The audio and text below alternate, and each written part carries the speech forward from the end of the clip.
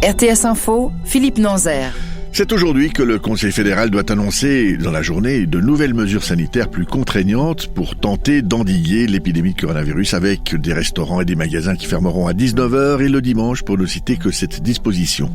Et tandis que le gouvernement fédéral annonce qu'il va serrer la vis, on apprend que le référendum contre la loi Covid-19 devrait aboutir, car les 50 000 signatures nécessaires ont été recueillies en un peu moins de 2 mois, selon les Amis de la Constitution, l'association qui l'a lancée. La chancellerie fédérale devra encore les valider quand elles seront déposées, mais Marie Jo est là, il est fort probable que nous votions l'an prochain sur cette fameuse loi Covid-19. Un vote populaire qui devrait intervenir le 13 juin. La loi serait alors déjà en vigueur depuis 9 mois, soit depuis son adoption fin septembre par le Parlement, et qu'il s'agit d'une loi urgente dont la validité est limitée à la fin 2021. Mais ce comité référendaire souhaite par cette démarche empêcher que les pouvoirs d'urgence du Conseil fédéral pendant la pandémie ne soient légitimés rétroactivement et prolongés jusqu'à la fin 2021. L'association qui s'est constituée pour cette cause estime que la loi est inutile, car traitant d'aide financière que le gouvernement pourrait réglementer même sans pouvoir d'urgence.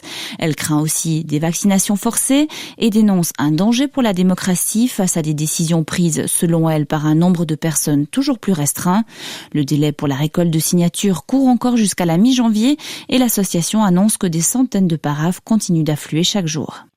Près de 30 000 cas de coronavirus supplémentaires en 24 heures en Allemagne. Ce sont les chiffres communiqués ce matin par l'Institut Robert Koch.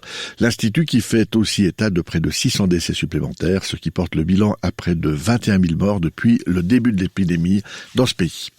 En France, dès le 15 décembre, plus besoin d'attestation pour se déplacer la journée. Mais en revanche, il y aura un couvre-feu strict dès 20h, y compris le 31 décembre pour le réveillon de Nouvel An.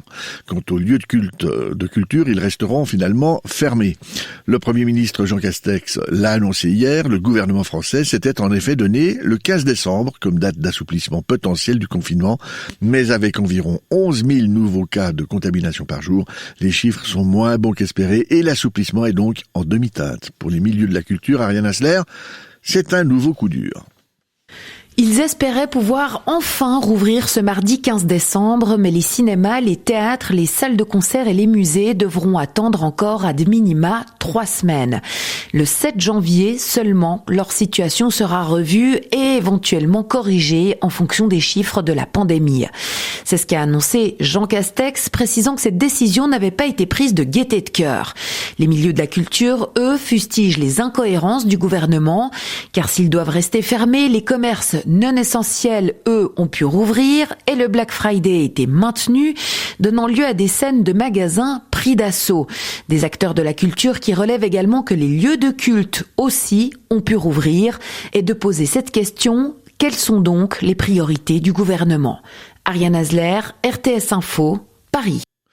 Réunis en sommet depuis hier et pour 2 jours, les dirigeants de l'Union européenne ont sauvé cette nuit le plan de relance post-Covid échafaudé par Bruxelles, un plan fondé sur un emprunt commun qualifié d'historique. Même la Pologne et la Hongrie ont fini par se rallier à ce plan, moyennant un compromis. Des Européens qui se sont également entendus pour sanctionner la Turquie, qu'ils accusent de mettre de l'huile sur le feu dans sa zone d'influence, notamment dans le conflit qui oppose l'Azerbaïdjan à l'Arménie. En ce moment, les 27 poursuivent les pourparlers en vue d'adopter un ambitieux objectif climatique. Du football, avec les Young Boys qui ont décroché leur qualification pour les 16e de finale de l'Europa League hier soir, en battant 2-1 les Roumains de Cluj. Une qualification qui tient du miracle, puisque les Bernois ont eu besoin d'un penalty et d'une expulsion pour faire la différence lors des arrêts de jeu. Mais Grégoire Ogier, peu importe le scénario de la victoire, l'essentiel ici reste la qualification. Cette qualification est avant tout une bonne nouvelle pour le football suisse. Seul club helvétique en lice cet automne, Young Boys va continuer à représenter la Suisse sur la scène continentale au printemps prochain. Mais cette qualification, acquise dans un groupe somme toute assez faible, n'est de loin pas un exploit pour le club bernois, triple champion de Suisse en titre. À l'image de la rencontre d'hier soir, où les Bernois ont attendu d'être menés à 5 minutes du terme pour se jeter de manière désespérée à la poursuite du score, IB n'a pas encore réussi à franchir un palier sur la scène européenne. Le club bernois est depuis quelques saisons le meilleur du pays dans les joutes nationales. Mais pour continuer sa progression et son développement, IB doit maintenant réussir à s'imposer durablement et comme une place qui compte aussi en Coupe d'Europe. L'occasion sera belle lors des 16e de finale de cette Europa League de prouver que les Young Boys sont ce format européen pour porter les espoirs helvétiques, à l'image de ce qu'a réussi le FC Bâle pendant plus d'une décennie avant de se faire doubler par le club de la capitale. De la voile maintenant avec Charlie Dalin qui navigue toujours en tête du Vendée Globe selon le classement publié en fin de nuit. Charlie Dalin qui devrait être le premier à franchir la longitude du cap Lewin dans la nuit de dimanche à lundi. Actuellement, il affiche un écart de 300 km sur son poursuivant direct, Thomas Ruyant.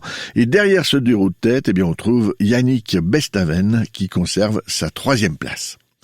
Météo, le ciel sera couvert aujourd'hui avec des précipitations qui débuteront en fin de matinée sur l'ouest lémanique et le Jura vaudois et qui s'étendront aux autres régions en cours de journée.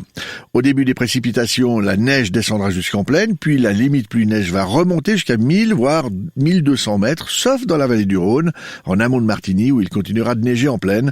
Et pas seulement d'ailleurs, puisque Météo Suisse prévoit une forte probabilité de 15 à 25 cm de chute de neige au-dessus de 1200 mètres, en particulier dans le Chablais et le Bas-Valais. Côté température en plaine, le mercure ne dépassera pas la fourchette des 2 à 5 degrés. Quant à ce week-end, le temps continuera d'être nuageux et parfois pluvieux, voire neigeux. Espace 2,